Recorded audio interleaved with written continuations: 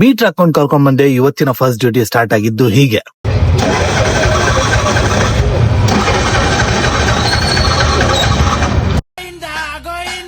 ನನ್ ಗಾಡಿದು ಬೆಳಿಗ್ಗೆ ಒಂದು ಪ್ರಾಬ್ಲಮ್ ಆಗ್ಬಿಟ್ಟಿದೆ. ಏನಪ್ಪಾ ಅಂತಂದ್ರೆ ಸೆಲ್ಫೇ ತಗೋತಾ ಇಲ್ಲ. ಪೆಟ್ರೋಲ್ ಅಲ್ಲಿ ಬೇಗ ತಗೋತೈತೆ, CNG ಬೇಗ ತಗೋತಾ ಇಲ್ಲ. ಇವಾಗ ಸ್ಟಾರ್ಟರ್ ರೆಡಿ ಮಾಡಿಸ್ಬೇಕು ಅಂದ್ರೆ ಮಿನಿಮಮ್ 1,500-2,000 ರೂಪಾಯಿ ಬೇಕೇ ಬೇಕು. ಕೈಯಲ್ಲಂತೂ ಅಮೌಂಟ್ ಇಲ್ಲ. ಅದಕ್ಕೋಸ್ಕರ ಡ್ಯೂಟಿ ಮಾಡ್ಕೊಂಡು ಆಮೇಲೆ ಬರೋಣ ಅಂತ ಬಂದೆ.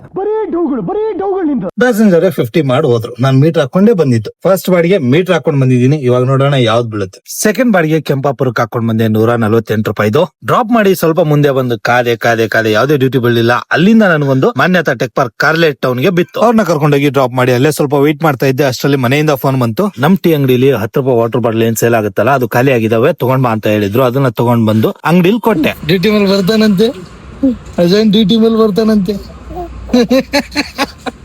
ಇಲ್ಲ, ತುಂಬಾ ಜನ ಅಯಾನಲ್ಲಿ ಅಂತ ಕೇಳ್ತಾ ಇದ್ರಲ್ಲ, ಇಲ್ಲ ಅವನೇ ನೋಡಿ ಅಯಾನು ಅಲ್ವಾ ಸಾಹೇಬ್ರೆ? ಎಲ್ಲೋಗಿದ್ರೆ?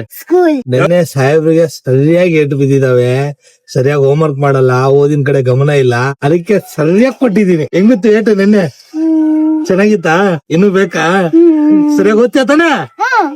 ಹಂಗೆ ಸ್ವಲ್ಪ ಅವಾಗ ಬಿಸಿ ಮಾಡ್ತಾ ಇರ್ಬೇಕು, ಇಲ್ಲಾಂದ್ರೆ ಕೇಳಲ್ಲ ಮಾತು. ಬಾಯ್.